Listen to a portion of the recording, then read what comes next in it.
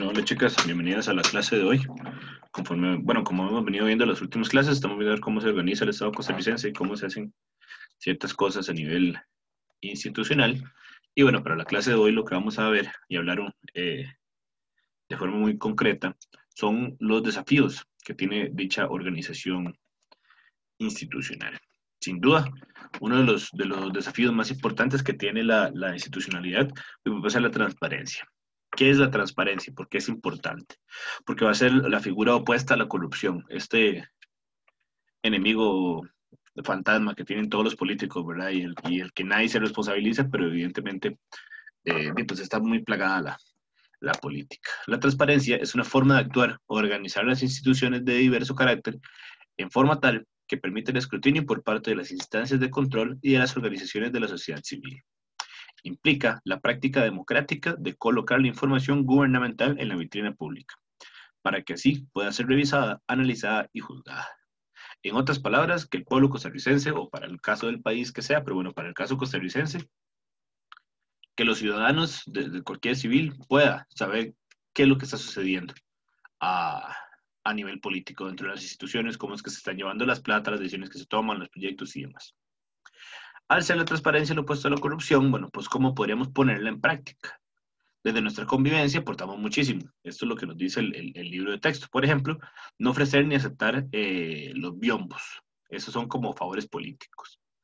Y bueno, denunciar frente a cualquier autoridad inicios de corrupción. Eso es un ejemplo muy light, digámoslo de alguna forma, pero la realidad es que nosotros participamos en corrupción desde que le pagamos a algún funcionario público para que nos haga tal favor, o desde que el familiar o el amigo de nosotros que trabaja en alguna institución del Estado mueve sus influencias para que nos contraten a nosotros o a nuestros familiares. O pagarle a fulanito que trabaja en el ministerio o en alguna institución para favorecer a mi familia con un bono de vivienda. O manipular información de alguna beca. O cualquier servicio que se esté solicitando, mentir la información. Todos esos pequeños actos que involucran el, las instituciones públicas y a los ciudadanos y que no te estén haciendo de forma, bueno, mediante transparencia, mediante la forma legal, es corrupción. Entonces, si bien es importante señalar, ya que son los encargados de mantener el tema de la transparencia en su tope, ¿verdad? Señalar a los políticos cuando son corruptos, la verdad es que también nosotros como ciudadanos deberíamos de hacer un ejercicio de conciencia de, bueno, cuándo somos corruptos, cuándo no, y cómo podemos evitar caer y pues en esta forma antidemocrática, como vimos en elecciones anteriores, de ejercer o de funcionar dentro de la política. En cuanto a, bueno, otro desafío que encuentra va a ser la gobernabilidad. La gobernabilidad se define como la cualidad propia de la comunidad política según las instituciones de gobierno para que éstas actúen de forma eficaz dentro de su espacio y de un modo considerado legítimo por la ciudadanía. Para que eso se dé, es necesaria la existencia, la legitimidad, la eficacia y la eficiencia. La gobernabilidad es que un presidente, un alcalde, un diputado, bueno, tal vez el diputado en mucha menor instancia, pero bueno, un alcalde o un presidente puedan ejercer su gobierno, teniendo apoyo de la gente, que la gente reconozca su mandato, que los otros poderes políticos o fuerzas políticas no se opongan de forma tajante a sus iniciativas. Bueno, todo esto va a facilitar la gobernabilidad. Algo que es importante dentro de la gobernabilidad y tal vez como consejo político se los doy a la hora de votar. Nosotros votamos por presidentes y diputados, ¿cierto? El tema es que muchas veces caemos en una figura que se denomina quebrar el voto. Yo lo he hecho también, pero bueno, no es recomendable y ya les explico por qué. Quebrar el voto significa que yo voy a votar por, no sé, Pablo Pérez, por el partido Naranjazo y voy a votar por él porque creo que es el mejor candidato, porque es no sé, el que me cae mejor, ¿verdad?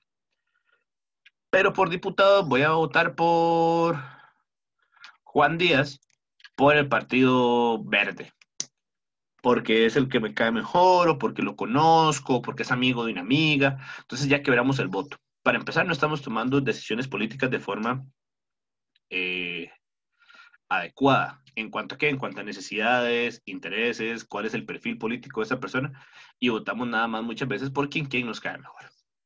El tema con quebrar el voto es que vamos a afectar la gobernabilidad del presidente. ¿Por qué? Porque el Partido Verde y el Partido Naranjazo puede que sean sumamente opuestos. Y dentro de la Asamblea Legislativa, el presidente necesita el apoyo de los diputados. Y la forma más sencilla, aunque no va a suceder siempre de esa forma, pero la forma más sencilla en la que suceda, y pues evidentemente va a ser si los diputados apoyan al, al presidente. Entonces, la mejor forma que podemos hacer o que podemos, la mejor decisión que podemos tomar va a ser votar por la misma persona, tanto para presidente, bueno, por un partido, ¿verdad? Por un partido tanto para presidente como para diputados, para evitar quebrar el voto y por lo tanto contribuir a la idea o el concepto de gobernabilidad. Otro de los conceptos que nos arroja la definición de gobernabilidad pues va a ser la legitimidad. La legitimidad es el atributo de las instituciones o de los líderes basados en el consenso sobre los fundamentos de su autoridad. Asegura el seguimiento con base a la adhesión y no a la coerción, o sea, por la fuerza. Ese concepto es básico para mantener la democracia, pues si no existe la legitimidad de un gobernante o en un gobernante o en alguna institución, este difícilmente podrá llevar a cabo sus procesos.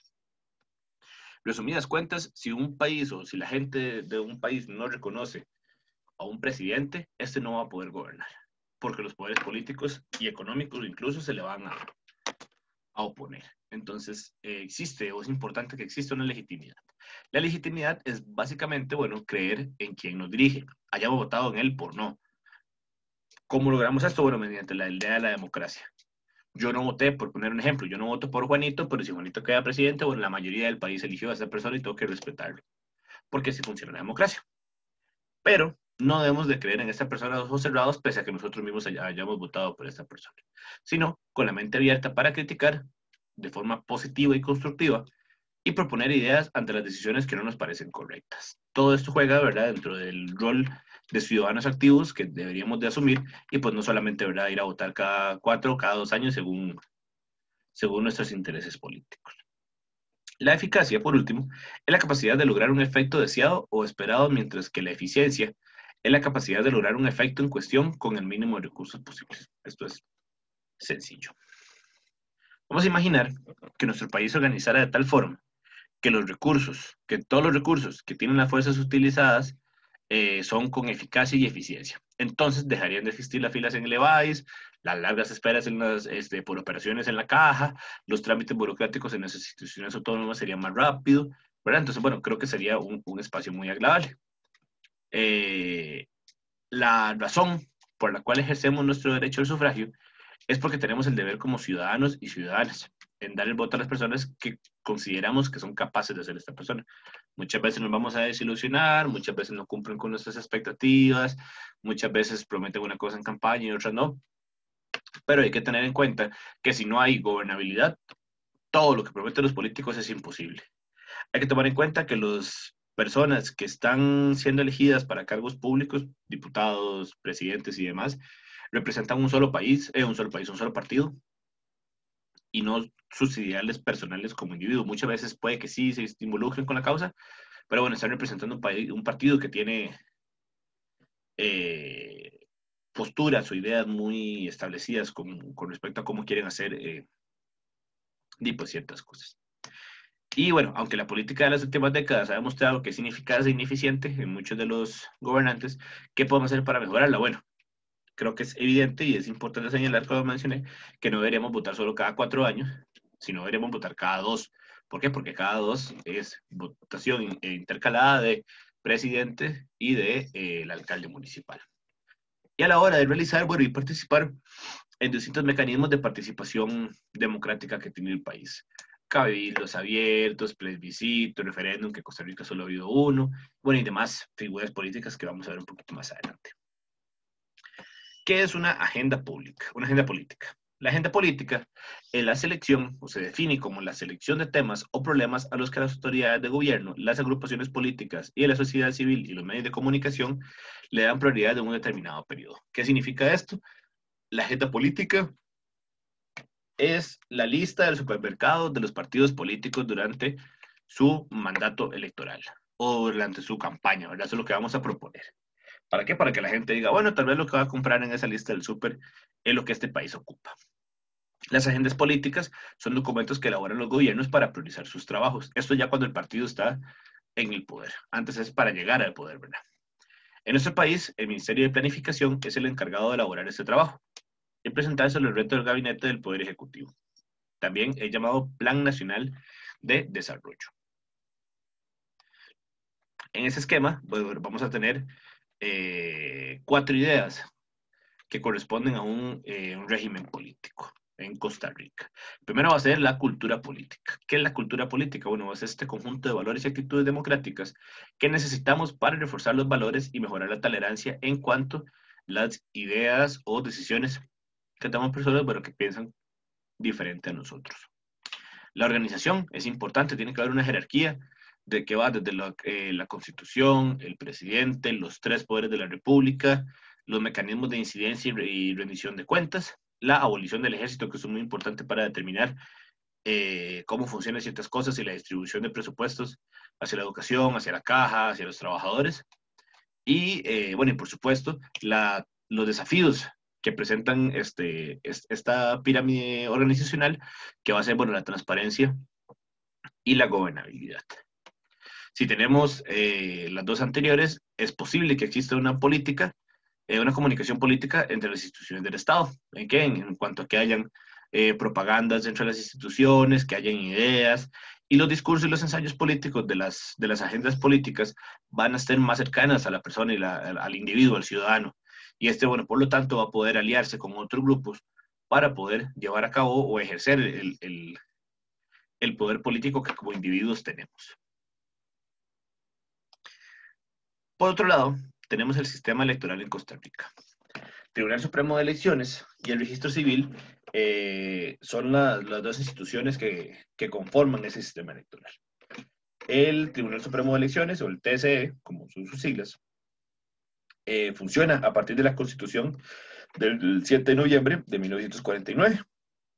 El tribunal va a adquirir rango constitucional con independencia de todos los poderes del Estado y asume la dirección de los asuntos electorales y también el registro civil como su máxima dependencia. El Tribunal Supremo de Elecciones es el órgano constitucional superior en materia electoral y por lo tanto responsable de la organización, dirección y vigilancia de todos los actos relativos al sufragio. Como hemos visto en clases anteriores, el Tribunal Supremo de Elecciones es sin duda una de las instituciones más importantes de Costa Rica y una de las instituciones electorales más importantes del mundo. Creo que se les ha puesto este ejemplo antes. Muchos países alrededor del mundo visitan Costa Rica durante el periodo electoral. ¿Por qué? Porque saben que el tribunal realiza un trabajo muy importante y bueno, somos un ejemplo en cuestiones de democracia y transparencia hacia otros países. Requisitos para ejercer la magistratura del Tribunal Supremo de Elecciones, bueno, o sea, para ser como el juez mayor de ese tribunal. Primero va a ser costarricense por nacimiento, por naturalización, con domicilio en el país, no menor a 10 años, después definida la carta respectiva de nacionalización. Sin embargo, el presidente del Tribunal Supremo de Elecciones deberá ser costarricense por nacimiento.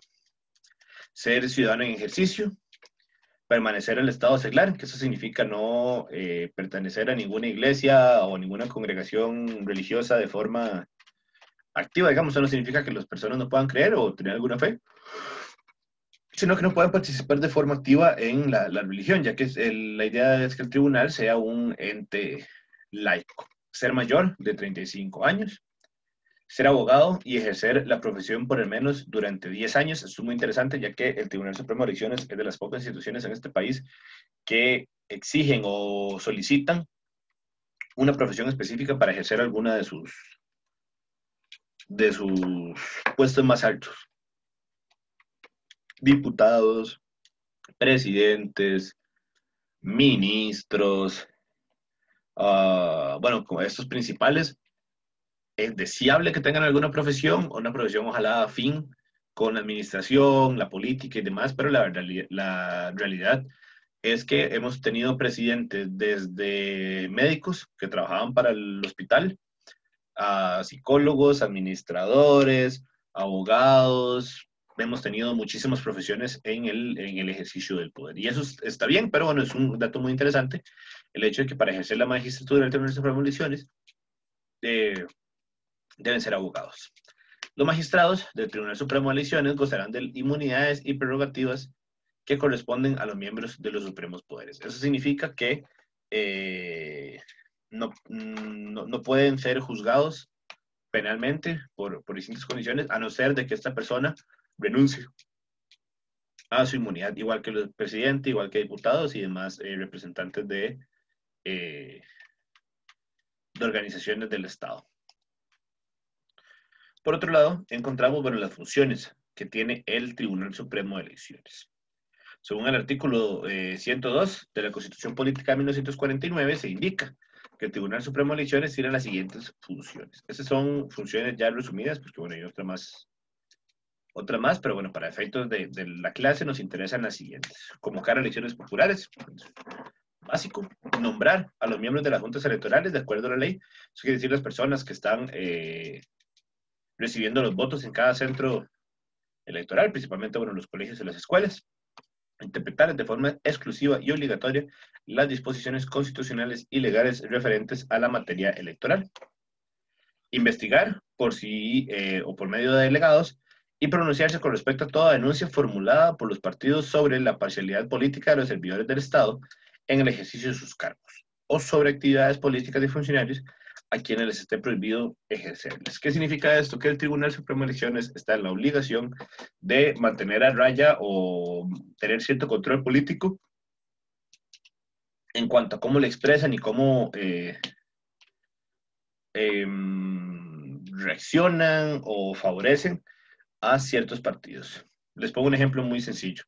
Un árbitro de fútbol puede ser sapricista o liguista o el equipo que sea, pero frente a un partido, bueno, o de cualquier deporte, ¿verdad? En algún encuentro de cualquier deporte, el árbitro puede ir con determinado equipo, pero tiene que ejercer de forma legal o, bueno, muy neutra, muy objetiva, el ejercicio de su función. Eso es lo que dice esta función que tiene el Tribunal Supremo de Elecciones. Dictar con respecto a la fuerza pública las medidas pertinentes para que los procesos electorales se desarrollen en condición de garantías y libertad irrestrictas. La fuerza pública va a ayudar de forma directa al Tribunal Supremo de Elecciones el día de las elecciones para poder facilitar y proteger a los ciudadanos cuando van a salir a realizar el voto. Las últimas dos, efectuar el escrutinio definitivo de los sufragios emitidos en las elecciones de presidente y vicepresidente de la República, diputados de la Asamblea Legislativa, miembros de las municipalidades y representantes ante las asambleas constituyentes. Y por último, organizar, dirigir, fiscalizar, escrutar y declarar los resultados del proceso de referéndum. Esas son las funciones resumidas que posee el Tribunal Supremo de Elecciones. Además del Tribunal Supremo de Elecciones, o dentro del Tribunal Supremo de Elecciones, mejor dicho, existen mecanismos electorales dentro del sistema costarricense. Los mecanismos electorales, bueno, son la forma en la que se llevan a cabo las elecciones. Existen diferentes tipos de elecciones y estas van a variar de acuerdo a cada país. A quién o a quiénes elijan, para qué puestos, quiénes o quiénes pueden elegir y cómo lo eligen. Se rigen a través de un sistema electoral que se establece, bueno, donde se establecen las reglas de las elecciones. Reglas que vimos anteriormente y bueno, y un documento bastante más grande, pero bueno, eso es lo que vamos a tener claro para ahorita. Costa Rica es una democracia representativa en la cual la soberanía, o sea, el poder político que ejercemos, bueno, reside en el pueblo, por medio de elecciones populares. La ciudadanía emite el sufragio para elegir a sus representantes del gobierno. En Costa Rica tenemos un voto directo. Tipos de elecciones. En Costa Rica tenemos, vamos para no mentirles, dos tipos de elecciones. Las elecciones nacionales, realizadas cada 4 años, el primer domingo de febrero, desde las 6 de la mañana a las 6 de la tarde. A partir de 2014 se utilizan 2 papeletas porque se eligen los distintos cargos. Antes era una sola papeleta. Entonces, en la primera papeleta vamos a encontrar el presidente y el vicepresidente de la República. Vamos a votar, por lo general esos tienen la cara del candidato y la bandera junto con los colores de cada partido de representantes. Y luego la boleta de los candidatos a diputación. En las boletas de diputados vamos a tener la cara del candidato a diputación por cada partido, pero van a ser distintos por provincia, porque recordemos que los diputados se eligen según la cantidad de habitantes por las provincias. Entonces, bueno, San José va a tener más representantes en la Asamblea Legislativa, por ejemplo, y eso va a determinarse, bueno, según los votos de la gente. También tiene la cara y la bandera del candidato en la boleta. En segundo lugar, tenemos las elecciones municipales. Se realizan cada 4 años en cada una de las 81 municipalidades costarricenses, aunque estoy casi seguro que ya son 82 municipalidades, ya que Río Cuarto hace muy poco se hizo cantón, así que esta presentación no la tengo actualizada. Creo que son 82 municipalidades, pero no coinciden con las nacionales, ya que tienen 2 años de diferencia. Ejemplo, si en 2014 fueron las elecciones presidenciales, en 2016 van a ser las municipales. 2018 van a ser las presidenciales, 2020 las municipales, el 2022, que son las elecciones que siguen, van a ser las próximas elecciones nacionales. En las elecciones municipalidades se eligen alcaldes, regidores, síndicos y concejales de distrito. En cada cantón va a variar estos pueblos, estos puestos, mejor dicho, porque depende de la organización que tenga cada uno de los distritos y los distintos cargos que se requieran. Dentro de los mecanismos electorales que tenemos en Costa Rica, bueno, el primero va a ser el sufragio. Vamos a hacer una definición rápida del sufragio porque ya lo hemos visto en clases anteriores. Es una forma de expresión política de la voluntad individual, expresión fundamental de la igualdad ciudadana. Su finalidad es lograr la designación de representantes o la aprobación o rechazo de ciertos actos de gobierno. El voto es un elemento fundamental de los sistemas democráticos. Y a continuación vamos a romper varias estereotipos o falacias detrás de esta definición de sufragio. Primero, aquí donde dice su finalidad es lograr la designación de representantes o la aprobación o rechazo de ciertos actos del gobierno. Digamos que es cierto. El voto es un elemento fundamental de los sistemas democráticos. Sí es cierto. Es importante que existan las elecciones para los sistemas democráticos. ¿Es una forma de expresión política de la voluntad individual? No necesariamente. Hay muchas presiones, muchos factores externos que pueden influir en las decisiones que tenemos los ciudadanos para votar. Pero acá es la definición que a mí me choca un poco y quiero que ustedes pues reflexionen con lo que les voy a decir a continuación. Es la expresión fundamental por la igualdad ciudadana. En términos democráticos y de elecciones, sí, porque el voto de todos los costarricenses vale lo mismo. Desde la persona que vive en condición de calle y puede votar, hasta la persona que más gana en este país. El voto es el mismo, vale igual. El tema es que el capital político que puede tener un individuo o una persona que vive en condición de calle, ya no se dice indigencia, se dice una persona que vive en condición de calle, el capital político de un individuo que tiene formación avanzada, que tiene dinero y demás, va a ser distinto. Entonces, ¿qué es lo que les decía? La máxima expresión política de forma individual. La gente que tiene menos recursos o que vive en condiciones más complicadas puede ser manipulada económica o con algún tipo de regalo por parte de los partidos políticos para que voten. Por ejemplo, el día de las elecciones, determinado partido va a andar repartiendo diarios en zonas urbanas marginales. O va a andar repartiendo láminas de zinc en las casas para que la gente vote. Evidentemente no hay forma en la que el partido pueda obligar a que si yo le regalo una bolsa de arroz y frijoles, usted no tiene cómo demostrarme que usted votó por mí. Sino es como un compromiso que se adquiere con este gesto. Y en Costa Rica, bueno, sucede bastante. Otro mecanismo de elección, bueno, va a ser una audiencia pública. La audiencia pública es un mecanismo de consulta popular donde las personas emiten su opinión a favor o en contra de, bueno, de determinado tema. Por ejemplo, las instituciones estatales como la ARECEP, la Autoridad Reguladora de los Servicios Públicos, y el ICE, el Instituto Costarricense de Electricidad, consultan a la población sobre temas relacionados con las tarifas básicas. Las municipalidades también pueden convocar audiencias con el fin de que las personas del cantón ofrezcan propuestas para mejorar el mismo. Temas como el arreglo de calle, la calidad de la recolección de la basura, el mejoramiento de las infraestructuras de escuelas o colegios, y bueno, básicamente los principales temas de conversación o de mayor interés en cierta comunidad. En estas sesiones, los y las habitantes tienen voz, pero no voto. La idea es que se expongan sus ideas y propuestas y el Consejo Municipal sería el encargado de acogerlas o determinarlas, si las aprueba. Cada Consejo Municipal está en la obligación de dictar un reglamento para la realización de 3 modalidades de consulta popular: los plebiscitos, los referendos y los cabildos. Y ustedes se preguntarán, ¿qué carajos es eso? Bueno, es esto. Plebiscito. El plebiscito es una consulta popular mediante la cual los habitantes del cantón se pronuncian sobre un asunto de trascendencia regional o se manifiestan sobre la revocatoria del mandato del alcalde municipal. El referendo. El referendo es una consulta popular que tiene como objetivo la aprobación, la modificación o derogación de un reglamento o disposición municipal de carácter normativo.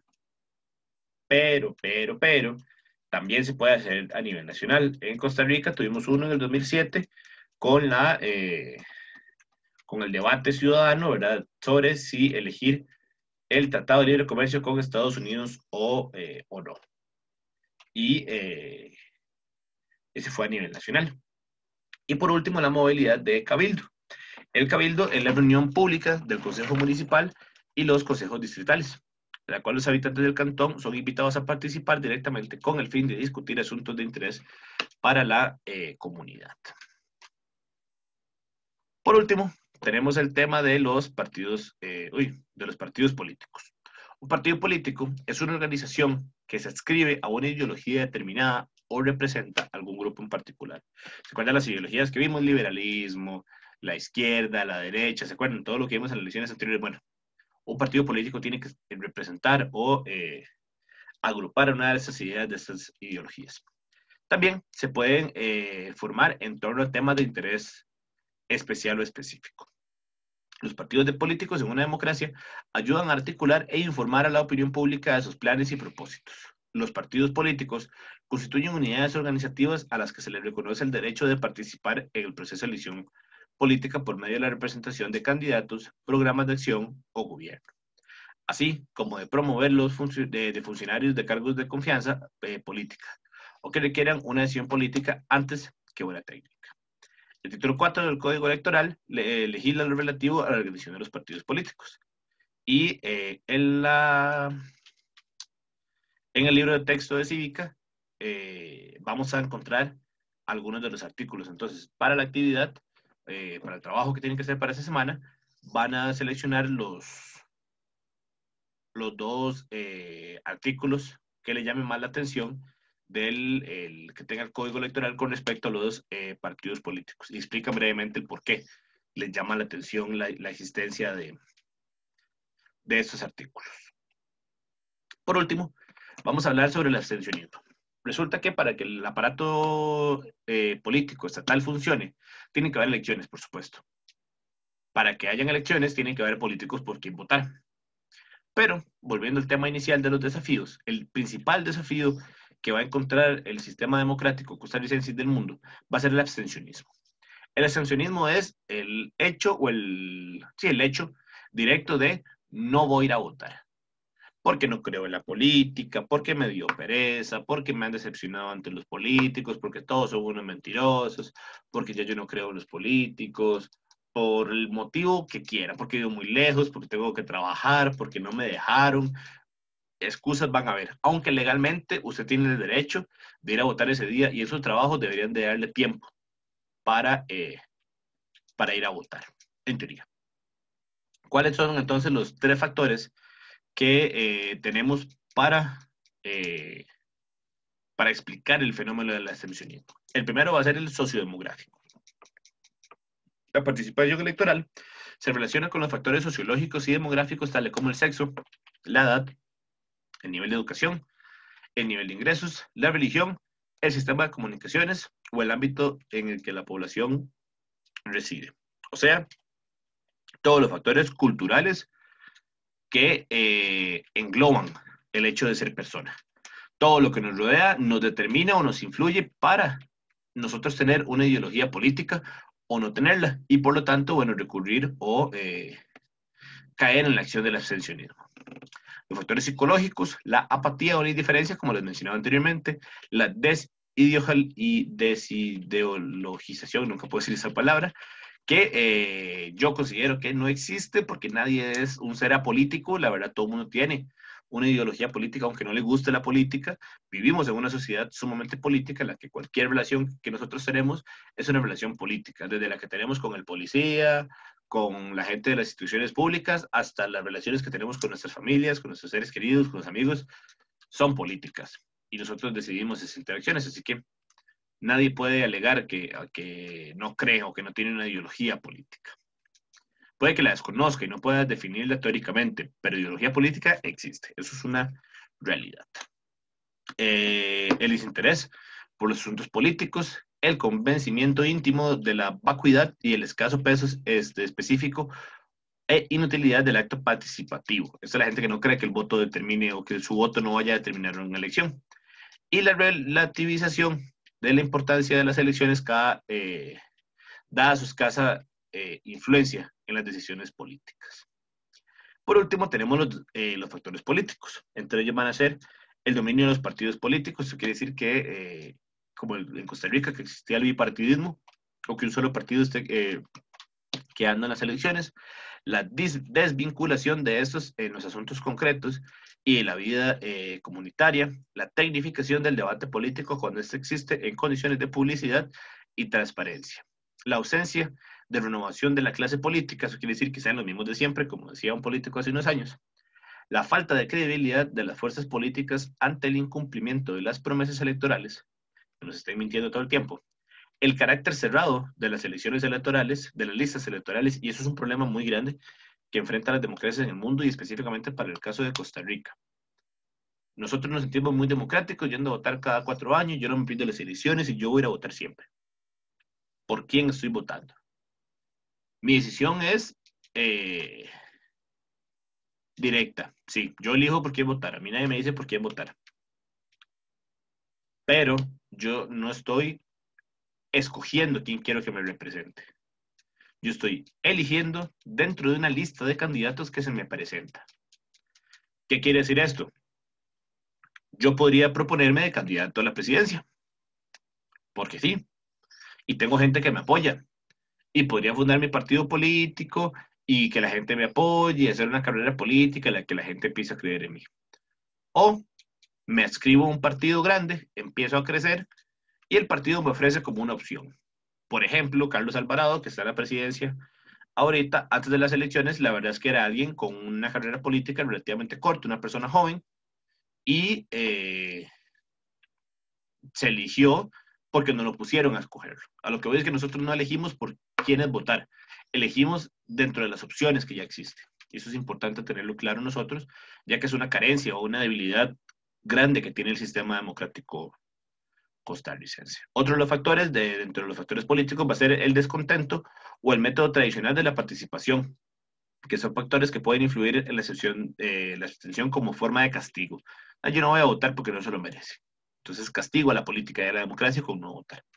En definitiva, el alejamiento, la progresiva hendidura abierta entre gobernantes y gobernados, en la que constituye una grave contradicción al Estado social y democrático de derecho, y que es, a nuestro juicio, el gran tema de la teoría política que debe plantearse en los venideros.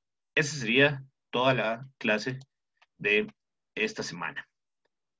Les voy a contar entonces en qué corresponden las actividades. Un segundo para compartirles.